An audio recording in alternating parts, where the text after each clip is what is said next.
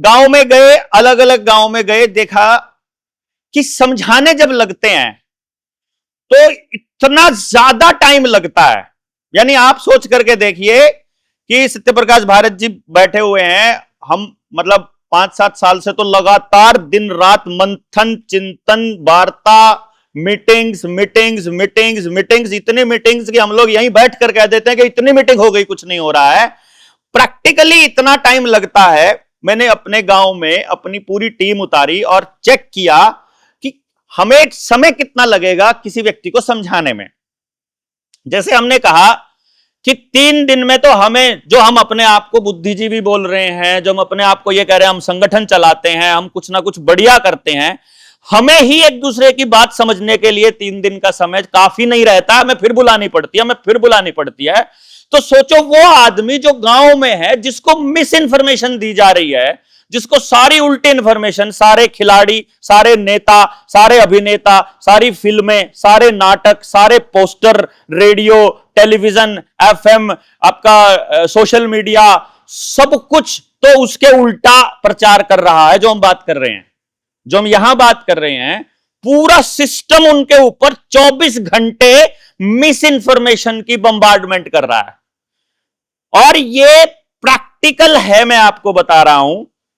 किसी भी व्यक्ति को, क्योंकि मेरा इलेक्शन मैनेजमेंट का काम रहा है, 6 तो मुख्यमंत्रियों के साथ और भूतपूर्व मुख्यमंत्रियों के साथ हमने election management, drawing room politics करी है। और जब हम उनको बताते बैठ के देखते हैं तो हम देखते हैं कि पॉलिटिकल लोग इतने बेवकूफ हैं, सिर्फ पैसे के दम पर दिमाग वालों को किराए पे लेते हैं और दिमाग वाले उनको बताते हैं कि भोले भाले लोगों को कैसे मूर्ख बनाना है। उसमें यह लाइन सबसे पहले बताई जाती है। हम लोग उन पॉलिटिकल नेताओं को यह बताते हैं कि देखो जी, कोई भी आदत बनने में 21 दिन लगातार आप कर दो किसी भी काम को, 3 हफ्ते तक। साइकोलॉजिकल रिसर्च का रिजल्ट है ये, जो ये कहती है कि 21 दिन तक आप रोज सुबह उठकर वो काम करने लग जाओ। 22वें दिन आपके शरीर के अंदर वो मसल मेमोरी में शामिल हो जाएगी, आपको सोचना नहीं पड़ेगा, वो ऑटोमेटिक शरीर करेगा, अपने आप दिमाग उसके तरफ चलने लग जाएगा। तो आपको यदि उस आदमी के दिमाग में वो बात डालनी है, 21 बार उसके दिमाग पे चोट मार दो, बस वो आदमी वैसा मानने लग जाएगा। आप उस बात के बारे में झूठ बोलो, आप उस बात के बारे में किसी से कहलवाओ, कहीं से भी बुलवाओ, 21 बार उसके दिमाग पे टक टक टक टक टक मार दो उस इंफॉर्मेशन को, वो आदमी वैसे सोचने लग जाएगा। हम में से कितने लोग हैं जो उस गांव को, समाज को, देहात को, अपने लोगों को 21 बार समझाने के लिए तैयार हैं? सबसे पहले हमको यह देखना है कि हमारे पास कितना समय इतना है या नहीं है। मतलब दूसरी बात, 21 बार जब हम उसे समझा देंगे, अब उसको बात यह पता लग जाएगी, उसको तब यह पता चलेगी कि एक ऐसा संगठन है, एक ऐसी बात है, एक ऐसा विचार है जिसके ऊपर चिंतन किया जा सकता है। यह पहला स्टेप है हमारा। फिर उसके बाद अगले आदमी के दिमाग में ढेर सारे डाउट्स हैं, क्योंकि उसका एक जीवन का एक्सपीरियंस रहा है, उसका तजुर्बा, उसकी परवरिश, उसका माहौल, उसकी शिक्षा, उसका अनुभव, वो जो कुछ भी उसके पास है, उसके हिसाब से वो ये देखेगा कि जो ये लोग करना चाह रहे हैं उसमें मैं कहां फिट बैठता हूं। यानी मेरा व्यक्तिगत लाभ क्या है। लाभ का सिद्धांत हर जगह चलेगा, ये हर जगह चलेगा। यहां सारे लोग हम केवल तब होंगे, डायरेक्ट या इनडायरेक्ट, परोक्ष या प्रत्यक्ष, जिस भी तरीके से हमको मतलब लाभ हो रहा है, भले ही वो आंतरिक शांति के रूप में हो रहा हो, भले ही हम अपनी जिम्मेदारी का निर्वहन करके उसको उस एंगल से देख रहे हो, किसी भी तरह से हमारा लाभ होगा तो ही हम आगे बढ़ेंगे, और इसी तरह से वो जुड़ने वाला आदमी भी इसी तरह से बढ़ेगा। तो मैंने जब गांव में बात करी और चर्चा करी और चलने लगे, तो मैंने गांव के कुछ लोग ही बिठाए पहले, सबसे पहले, जो वैसे ही रैंडमली इकट्ठा करके। और मैं आपको ये प्रैक्टिकल ये इसलिए बोल रहा हूं क्योंकि हमने देखा था, मुझे ये मालूम है कि हमारा जो संगठन है वो पूरे भारत में है। 5-6 हजार लोग हमने ट्रेंड भी मार्केट में, मतलब मार्केट में इन द सेंस समाज में उतारे हुए हैं कि आपको केवल बताना है, खाली आपका काम इतना सा है कि ये एक टॉपिक है, इसमें से अपने चॉइस का टॉपिक पकड़ो और अपने लोगों को समझाना चालू कर दो। फिलहाल रिजल्ट की आपको बिल्कुल भी चिंता नहीं करनी है कि क्या होगा उससे, किसको समझ में आएगा, बस खाली बोलना है। आपका फिलहाल काम केवल इतना है। तो गांव में जब इसका प्रैक्टिकल हमने किया, मुझे मालूम था कि मैंने अपने गांव को चूज किया सबसे पहले। मेरे पास बड़े सारे ऑफर थे कि दूसरे गांव में आओगे तो ज्यादा रिस्पेक्ट होगी, दूर के लोग ज्यादा पसंद करेंगे। तो मैंने कहा देखो, किसी बच्चे के 75% मार्क्स आते हैं और उसके अगर 85% मार्क्स आए तो टीचर ने जोर लगाया 10% का, परंतु एक बच्चा फेलियर है, उसके 30% मार्क्स आते हैं, उसके खाली 60% भी आएंगे तो उसका 30% का जोर वो दिखेगा साफ। तो मेरे गांव में अगर सबसे कम रिजल्ट के चांस होंगे तो मैं ये रिस्क लूंगा, क्योंकि मुझे फिर ये बताना आसान हो जाएगा कि जहां सबसे कम संभावना थी वहां भी ये रिजल्ट आ गया, तो समझो बाकी जगह तो इससे अच्छा ही रिजल्ट आएगा। ये सोच करके हमने गांव पे काम करना चालू किया, रैंडमली लोगों से मिलकर, कि भाई हमने किसी को ये नहीं कहना कि तुमको वहां आना है, बात छोड़ देनी और उसको बोलना है इतनी तारीख को एक कार्यक्रम है, वहां पर हम बैठ के इकट्ठा होंगे, चर्चा करेंगे, ये मुद्दे होंगे, इन मुद्दों पे बताइए आपको करना है कि नहीं करना है। और एक व्यक्ति एक जगह पर बैठना है तो 1 घंटे से पहले उठना नहीं है, 1-1 घंटा 2-2 घंटा समझा के आना है। मतलब इतना टारगेट दिया कि आपको सिर्फ, कोई नहीं सुन रहा है अगली जगह चले जाओ, वहां कोई बैठा है, कोई देख रहा है, 2-4 लोग दे दिए कि इनको कहीं पे बिठा दो, किसी बैठक में कहीं पर भी लोग हैं, रैंडमली, बस खाली जस्ट वाज एन एक्सपेरिमेंट था खाली। और हमारा टारगेट था कि स्टेक होल्डर कौन है उस तक बात को पहुंचाना है, और वो क्या कह रहा है पहले हम ये देखें, उसको भी चाहिए कि नहीं चाहिए जो हम कह रहे हैं। भाई हमने तो देख लिया कि हमको ये ऐसा समाज चाहिए, लेकिन उस समाज को भी चाहिए कि नहीं चाहिए, वो कहां खड़ा है। वो जो गरीब आदमी गांव में जो 5 किलो अनाज के लिए लाइन में लगा रहता है सुबह से लेकर रात तक, वो जो मनरेगा के लिए नाम लिखवा के बैठा हुआ है, वो जो स्टाइफंड की वेट में है, जो पेंशन की वेट में है, जो बेरोजगारी की लाइन में है, या जिसको एडमिशन लेना है, उसे क्या चाहिए बेसिकली, पहले हम उस तक जाकर के देखते हैं कि क्या होगा। तो हमारा टारगेट था कि हम हर घर तक जाएंगे और हर घर की मौजूदा स्थिति देखेंगे और हर घर को बताएंगे और हर घर का रिव्यू लेंगे कि उसको क्या चाहिए और जो हमें चाहिए क्या वो उस मिशन में साथ है कि नहीं है। हमने 3-4 विजिट्स किया, 35-40 लोग एक बार गए, 15 लोग एक बार गए, 30-32 लोग एक बार गए, 3 घंटे सुबह 3 घंटे शाम को रैंडमली हमने गांव के लोगों से बात किया। हमने गांव के लोगों से एक बात की कि ये बताओ, हम ऐसा विचार कर रहे हैं कि गांव को ऐसा बदलना चाहते हैं, इस तरह की व्यवस्था हम लाना चाहते हैं, हमें यह बताओ कि पूरे गांव में से किसको छोड़ना चाहिए, कौन सी जात को छोड़ दें, कौन से रंग वाले को छोड़ दें, कितनी इनकम वाले को छोड़ दें, महिला को छोड़ दें, बच्चों को छोड़ दें, बुजुर्गों को, किसको छोड़ें। तो अल्टीमेटली ये निष्कर्ष निकला कि यार छोड़ना तो कोई भी नहीं है, छोड़ना नहीं है तो बिना उसकी भागीदारी के उसके लिए कोई कैसे करेगा, तो उसकी भागीदारी चाहिएगी, उसकी भागीदारी के लिए उसको शामिल करना पड़ेगा। बात में शामिल होना है तो उसको समझ होनी चाहिए, समझ के लिए उसके पास कोई समझाने के लिए जाए, समझाने के लिए जाने के लिए हमारे पास समय होना चाहिए, समय हमारे पास है क्या, ये चेक करके जब हमने गांव में गए तो हमने देखा कि हर घर तक पहुंचने में जितने हमारे साथियों ने समय, ऊर्जा, टाइम लगाया, यदि वो टाइम मैं अकेला अपने गांव पर लगाता तो मुझे 4 साल और 7-8 महीने लगते, जो हमने 1 महीने में पूरे गांव के हर घर तक पहुंचने में लगाया। इससे पूरे गांव में हमारे पास 60-70 लोगों की एक टीम बनी, जिसने ये कहा कि अब हम पूरे गांव को, अब हमने कहा कि अब हम पूरे गांव को क्या एक जगह पर ला सकते हैं, बिग हाँ ला सकते हैं, क्या अब हम आगे बढ़ सकते हैं। वो कैलकुलेशन प्रैक्टिकली हमने दिखाई उनको, प्रैक्टिकली करके कि ये नौकरी वाले घर हैं, ये जाटों के घर हैं, ये ब्राह्मणों के हैं, ये झींवरों के हैं, ये कश्यप, ये मतलब चमारों के हैं, ये वाल्मीकियों के हैं, ये पंडितों के, इन घरों में इतनी जमीन है, इतना खर्चा है, ये पढ़ाई के लिए यहां बच्चा जाता है पढ़ने के लिए, उसका इतना खर्चा कर रहा है, उसका ये इंपैक्ट पड़ रहा है, उसका ये रिजल्ट आ रहा है। और अब मां बाप क्या चाहते हैं, मतलब अल्टीमेटली, तो जब एक एक चीज को प्रैक्टिकली हमने करके दिखाया, तो मेरे गांव का जो मैंने हालत देखी, उससे मैंने अपनी टीम के साथियों को बोला कि तुम अपने गांव में जरा चेक करो क्या सेम सिचुएशन है। और प्रैक्टिकली सेम सिचुएशन मिली हमको। ना मध्य प्रदेश अलग मिला, ना महाराष्ट्र अलग मिला, ना तमिलनाडु अलग मिला, मतलब ना उड़ीसा अलग मिला। सब जगह प्रैक्टिकल सिचुएशन क्या मिली, मतलब अगर कुछ जगह को छोड़ दें, जैसे आदिवासी इलाका जहां ज्यादा आता है और जहां शहर के साथ कनेक्शन कम है बिल्कुल, उसको यदि हम छोड़ देते हैं, तो हमें एक बात समझ में आई कि प्रत्येक घर आज के टाइम पर, प्रत्येक घर कर्जे में है। प्रत्येक घर की बात कर रहा हूं। किसान का हर एकड़ जमीन बैंक के पास गिरवी पड़ा है। किसी भी किसान के पास अपना बीज नहीं है, ना खेत का, ना डंगर का, ना आदमी का। आदमी वाला बीज भी खत्म होता जा रहा है जीएमओ खा खा के। हर एक घर के अंदर बीमारी पड़ी है, मतलब एक भी घर ऐसा नहीं बचा हुआ है जिसमें बीमारियों का इलाज के लिए डब्बा ना रखा हो।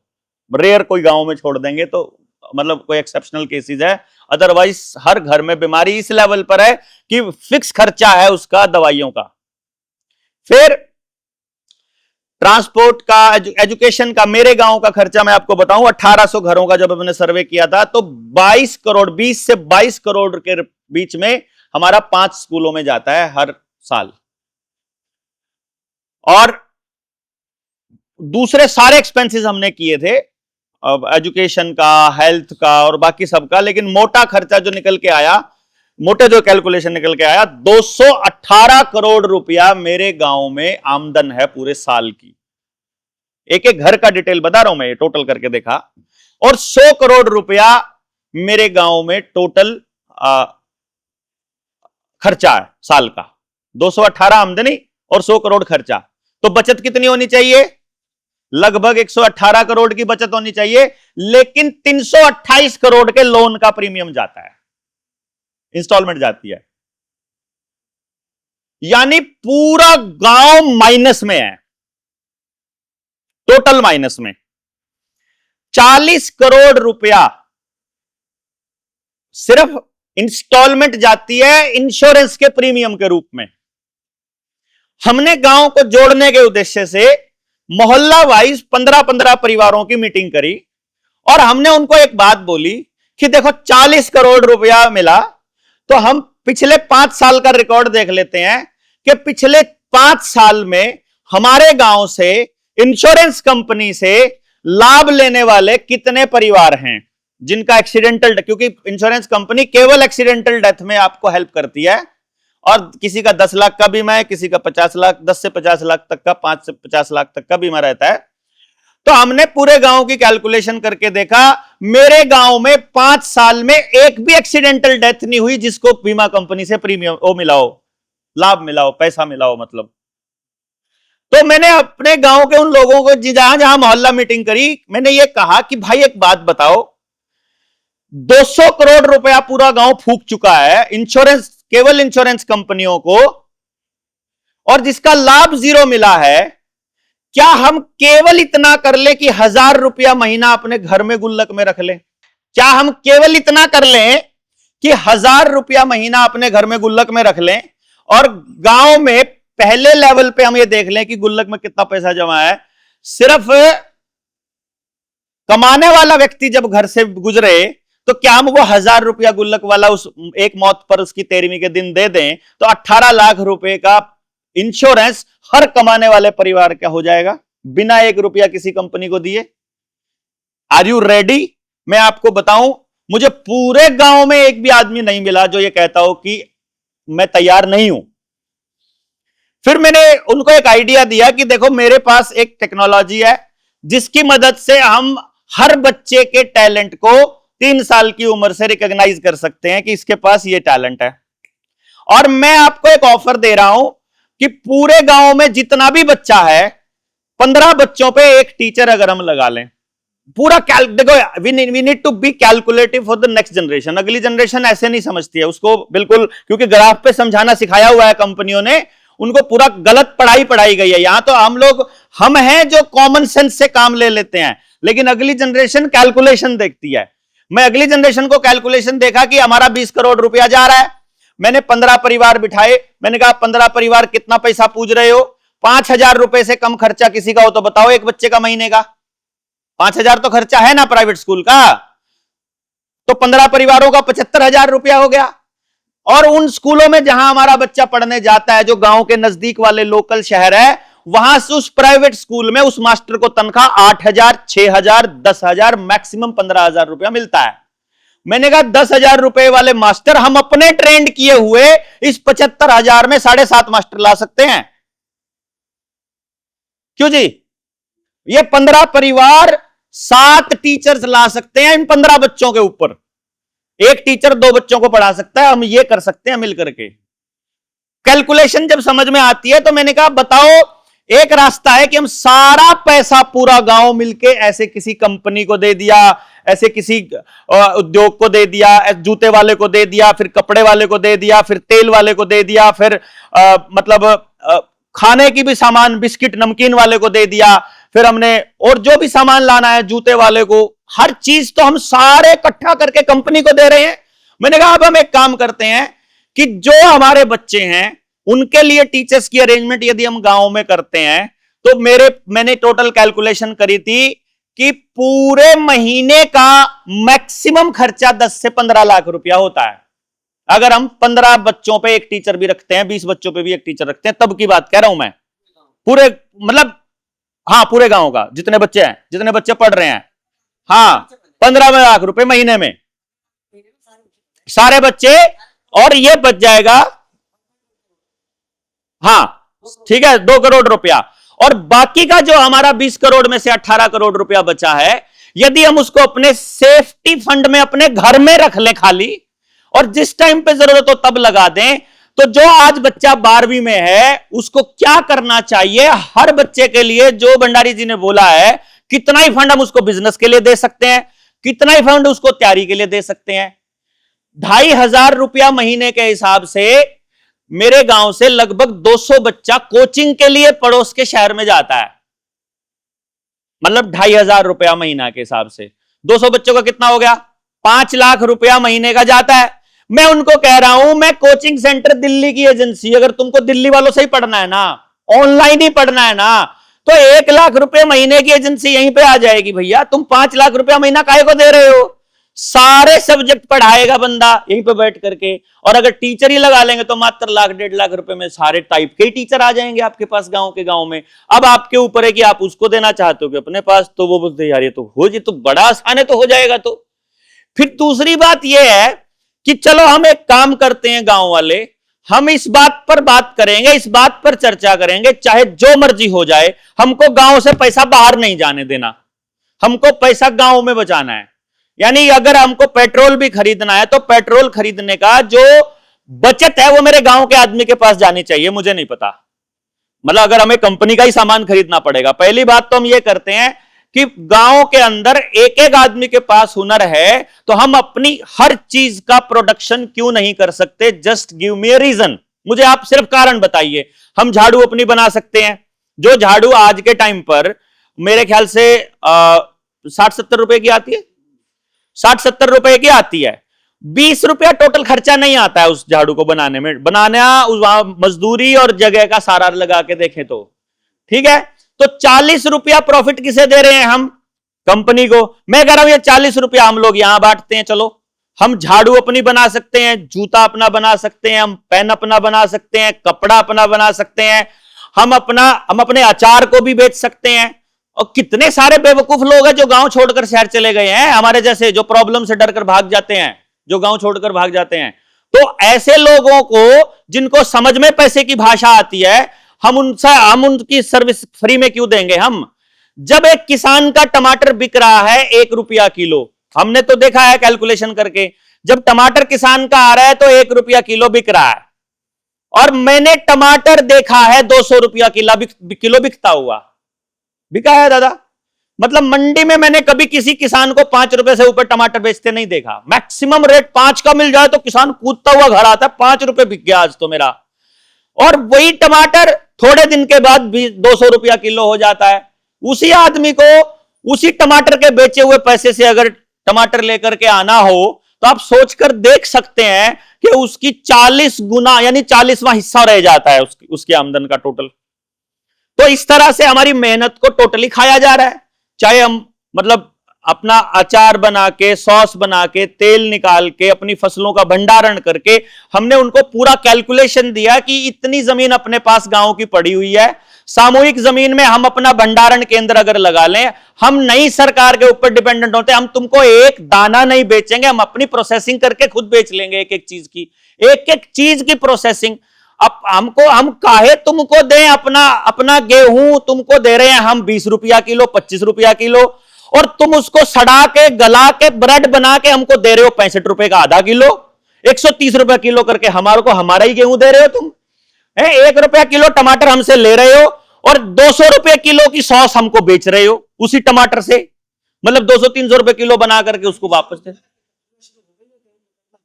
दादा देखो, जो यहां तक हिंदुस्तान में गांव में किसमें होगी, हाँ आंध्रा में ये है एक गांव ऑलरेडी, ऐसे आंध्र प्रदेश के अंदर एक गांव है जिसमें आज भी पैसे से लेन देन नहीं हो रहा है। आज भी देखो, इसके ऊपर यदि हम एक जगह पर काम करें, जो सबसे बड़ी प्रॉब्लम क्या आती है, हम लोग जब हम किसी काम पे बड़े लेवल पर चलते हैं, जैसे आपने बोला किसी जगह पर शुरू हो गया, यहां 2 तरीके हैं काम करने के। पहला तरीका यह है कि इस काम को हम करने लग जाएं। जहां पर हमने करना चालू कर दिया वहां के लोग इस भरोसे पर आ जाएंगे कि ये लोग कर सकते थे, हम नहीं कर सकते। ये काम कैसे होगा रियलिटी में? जैसे जंगल के अंदर जैसे जैसे जंगल उगता है, ऐसा नहीं होता है कि हम एक पेड़ लगा दें और उसके भरण पोषण रक्षण में मतलब टाइम लगा दें। किसी भी समाज के अंदर कंसिडरेबल बदलाव जो दिखने लग जाए, मिनिमम 15 साल लगते हैं मिनिमम। क्योंकि काम कौन कर पाएगा? आज हम सारे लोग 40 प्लस के हैं, मैक्सिमम 2 साल 3 साल 5 साल और भौंकने वाले हैं। हम इससे ज्यादा नहीं बोल सकते, इससे ज्यादा हम नहीं चल पाएंगे। मतलब उस लेवल पर जो ऊर्जा लेकर के हम अभी चले हुए हैं, 10 साल चल लेंगे, लेकिन हम उस लेवल पर पहुंच जाएंगे। थोड़े दिनों के बाद हम लोगों को सठियाया हुआ बोलने लग जाएगी जवान जो पीढ़ी है। वो जो आज की जवान पीढ़ी है, ये जवान पीढ़ी जब अगले कुछ साल के अंदर, क्योंकि उसकी परवरिश और उसकी शिक्षा दीक्षा बिल्कुल डिट्टो इन अंग्रेजों के हिसाब से हो रखी है, उनको हमारी बात समझ में आएगी नहीं। यानी मान करके हमको क्या चलना है कि विचार को जिंदा रखने के लिए विमर्श जारी रखना है, और अगले 15 साल के लिए हमको बिल्कुल जंगल की तरह बीज बोने हैं। जंगल की तरह बीज बोने का फायदा क्या होगा कि धीरे धीरे धीरे धीरे जैसे ही वो बीज पड़े हुए हैं जैसे जमीन के अंदर, तो जैसे ही अनुकूल वातावरण आएगा एकदम उगे हुए नजर आएंगे। इसी चीज को हमने जब गांव को बात करके देखा तो गांव वालों ने कहा कि तुम अगर ऐसा कर सकते हो तो हमने वहां एक ही मिनट में यह कहा कि मैं कर सकता हूं, आप इसके ऊपर काम कर सकते हैं। आज यदि काम करना चालू करेंगे, कोई बच्चा आज 6ठी क्लास में पढ़ता है, उसके ऊपर काम करना चालू करेंगे, जब तक वो 18 या 20 साल का होगा तो वो उसके 10 साल मुझे लग जाएंगे 18-20 साल के पहुंचने में। उस 10 साल तक अगर एक ही गांव पे काम करते रहेंगे तो बाकी का सारा पार्ट यूं का यूं रह जाएगा। क्योंकि बुद्धिजीवी लोग यदि ज्यादा घूमे तो कहीं काम नहीं कर सकते, और एक जगह करें तो लोग उन्हीं के ऊपर डिपेंडेंट हो जाते हैं। ये बड़ा पंगा रहता है। तो हमने इसको ये सोचा कि ये तो हमारा ट्रायल था कि हम देखें तो कि समाज किस एंगल पर तैयार है। क्या पॉलिटिकल एंगल पर तैयार है? बिल्कुल तैयार है। क्या सोशल एंगल पर? बिल्कुल तैयार है। बात यह कि हमारे पास उतना समय और समझ होनी चाहिए कि हम उनको उसी थॉट प्रोसेस पे ला सकें बेसिकली। क्योंकि चक्कर क्या है, हम अपने लेवल से बात करते हैं। जैसे कोई बच्चा 4ठी क्लास में है और उसे आप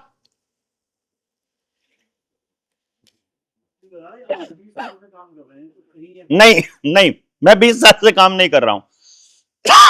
मेरे 20 साल के सामाजिक जीवन का जिक्र किया मैंने 20 साल, मैं इस बात को पूरा करके फिर बीच में ना पूछें।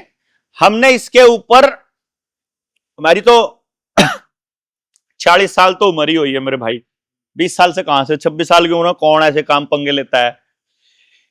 नौकरी छोड़ी 2012 में, प्रैक्टिकल करके दिखाया समाज को, नंबरों के ऊपर जो एजुकेशन सिस्टम था उसमें बदलाव करके 16 में समझ आया, 2016 में, कि अभी हम 2016 तक चंडीगढ़ में जो मेरा इंस्टीट्यूट था, मैं बच्चों के दिमाग पे काम करता था। मैं पेरेंट्स को यह कहता था कि आप नंबर नंबर नंबर पीछे पड़े रहते हैं, नंबर प्रॉब्लम नहीं है, प्रॉब्लम है असल चीज को नहीं समझ पा रहे कि इस बच्चे को दिशा क्या देनी है। हम भरोसा किस पे कर रहे हैं? अपने स्कूल के टीचर पे, कि टीचर जो बोलेगा अपने बच्चे को लगा देना है। लेकिन खुद टीचर का बच्चा बेरोजगार बैठा हुआ है, उसी को नहीं पता है, वो धक्के से वहां नौकरी कर रहा है बेसिकली। तो इसी एजुकेशन सिस्टम का पढ़ा हुआ आदमी इसी एजुकेशन सिस्टम में कंपटीशन के अलावा आपको कुछ और नहीं बता सकता। वो ये बता सकता है तैयारी करो, मेहनत करो, ये करो। मेहनत में, तैयारी में, कंपटीशन में 100% एक गारंटी है कि 0.1% से ज्यादा का सक्सेस रेट आपको नहीं मिलेगा। जितनी भर्तियां हैं वो और जितने एप्लीकेबल लोग हैं वो कैलकुलेशन करके देखोगे, पास परसेंटेज 0.1% है। इसका मतलब 99.9% बच्चों के फेलियर की गारंटी है ये एजुकेशन सिस्टम। ये समझ में आ गया। चंडीगढ़ में बैठे थे 2016 में, हम ऐसे टीचर थे, मतलब थे क्या है कि हम मां बाप से लिखवा कर लेते थे कि आपके बच्चे के दिमाग से क्या निकालना है और क्या डालना है, लिख कर दे दो, हम तुमको 1.5 महीने में वैसा बच्चा दे देंगे। 2 महीना पढ़ाने की फीस हमारी 5 लाख रुपया होती थी। ऑप्शन ये है कि 100 बच्चों पे काम कर लो, आपको 5 करोड़ रुपया एक बैच से मिल जाएगा। लेकिन ये 5 करोड़ रुपए से समाज तो नहीं बदल रहा है, क्योंकि 5 लाख रुपया देने की गुंजाइश तो केवल अमीर लोगों की है। तो केवल अमीरों के लिए ही काम फिर से कर रहे हैं, वही पूंजीवाद का फिर वही काम है। जिस गांव से उठकर गए थे उसके लिए तो कुछ किया नहीं।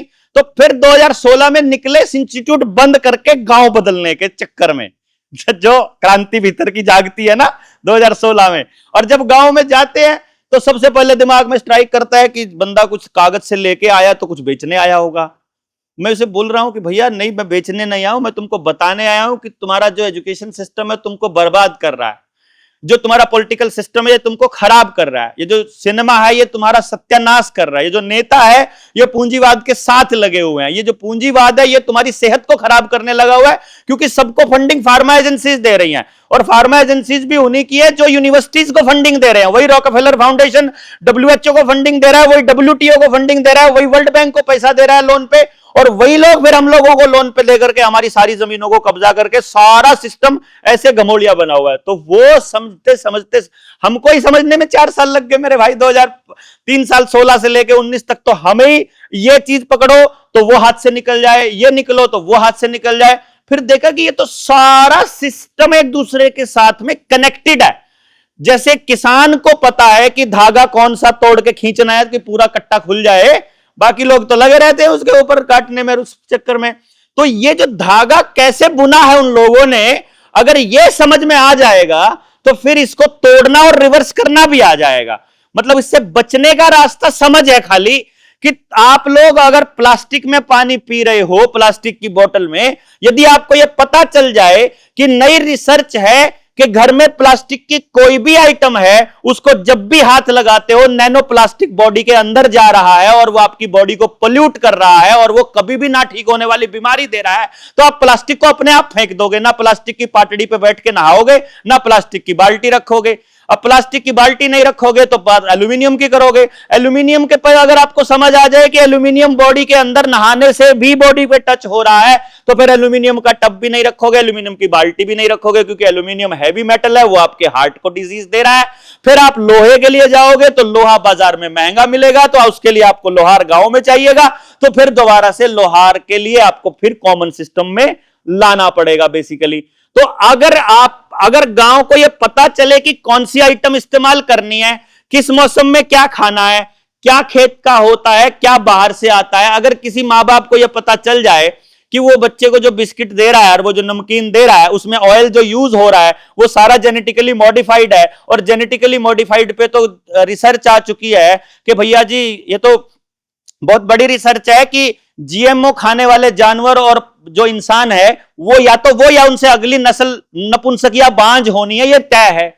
और जैसे सिस्टम की आप बात कर रहे थे, जो नीतियों की आप बात कर रहे थे, अनिल माधव दवे को कौन सा पता नहीं था?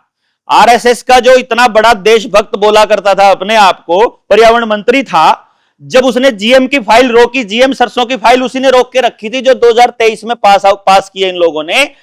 जब उसने वो रोकी है ना जीएम की फाइल, देखो कितना कमाल का खेल होता है। उसी टाइम पर यूपीएससी बिना क्लियर किए आप आईएएस सेलेक्ट कर सकते हो, ये स्कीम आती है, बैकडोर से एंट्री होती है, उस आदमी की एंट्री होती है जो पहले रिलायंस के अंदर अडानी के पास भी काम कर चुका बंदा, रिलायंस का डायरेक्टर रहा है, वो आदमी बैकडोर से आके वो चीफ सेक्रेटरी बनता है, वो आकर के उस पड़ी हुई फाइल को जो अनिल माधव दवे ने रोक रखी थी उसको पास करता है, साल बाद नौकरी छोड़ के वापस रिलायंस ज्वाइन कर लेता है। कितना बड़ा खेल है किसी को मालूम नहीं है, और अनिल माधव दवे मरा हुआ। लोग यहाँ हैं, 17 और 3-4 बार साथ में आए, तो ये थोड़ा बताइए कि हमारे लिए क्या, एक तो मैं शब्द यूज कर रहा हूँ, माफ कीजिए, दिशा निर्देश क्या है, या मैं अभी रुकिए, अभी उसी पे आ रहे हैं। देखिए, रास्ता एक ही है, समझ, रास्ता एक ही है, समझ। जब आपको यह लगे कि अगले 5 मिनट में कंक्लूड कर देना, मैं ऐसे कर देना, मैं बंद कर दूंगा। नहीं, ठीक है दादा, ठीक है, कोई बात नहीं, मैं बताता हूं। अभी मैं इसको कैरी ऑन करता हूं, मैं उसको बता रहा हूं। देखो, ये इतना गजब जो जिस चीज पे हम लोग काम कर रहे हैं ना, और जो मैं आपसे बात कर रहा हूं, मैं कुछ भी ऐसा नहीं कह रहा हूं, क्योंकि रीजन क्या है, जब 2016 में गया तो मैंने उस एक्चुअल प्रॉब्लम को फेस किया है कि कोई किसी के पास हमारी बात सुनने के लिए समय नहीं है। ये मैंने 2016 में प्रैक्टिकल फेस किया है। मेरे को दिमाग में मतलब कीड़ा उठता है कि मुझे तो कुछ करना है, और मैं अपनी पत्नी को कह के निकलता हूं कि मैं जा रहा हूं। ये बोलती है कहां जा रहा है, और मैं इसको बोलता हूं पता नहीं कहां जा रहा हूं, क्योंकि मुझे किसी ने बुलाया नहीं है, मैं अपने आप अपना झोला उठाकर जा रहा हूं। सुबह मतलब सोमवार का दिन मैंने रखा है अपना इंस्टीट्यूट छुट्टी का, एक दिन पहले हफ्ते में 1 दिन जाता हूं, फिर हफ्ते में 2 दिन जाता हूं, फिर हफ्ते में 3 दिन जा रहा हूं, और फिर मैंने पत्नी को बोला यार इंस्टीट्यूट बंद ही करना पड़ेगा, ये तो कोड है समाज के ऊपर जो कोचिंग इंस्टीट्यूट्स हैं, पहले अपना बंद करूंगा फिर बाकियों के लिए लड़ाई लड़ेंगे। और जब निकल के जब गांव में जाते हैं चौपाल में, अब किससे बात करें हमें तो नहीं पता। गांव के सरकारी स्कूल के मास्टर से बात करते हैं, उसको तनख्वाह पूरी मिलती है, उसको ऐसी तैसी नहीं करी है उसने, क्योंकि जिस जो बच्चा वहां पढ़ रहा है सरकारी स्कूल के अंदर, उसका माँ बाप दिहाड़ी से बाहर नहीं निकल पा रहा है, वो दिहाड़ी पे लगा हुआ है सुबह से लेकर रात तक, तो मास्टर जी को चिंता नहीं है क्योंकि कोई जवाबदेही नहीं बनती है। प्राइवेट स्कूल के मास्टर जी के पास पहुंचता हूं तो उसको सिलेबस और करिकुलम दिया हुआ है सिस्टम ने, ये पूरा करना पड़ेगा।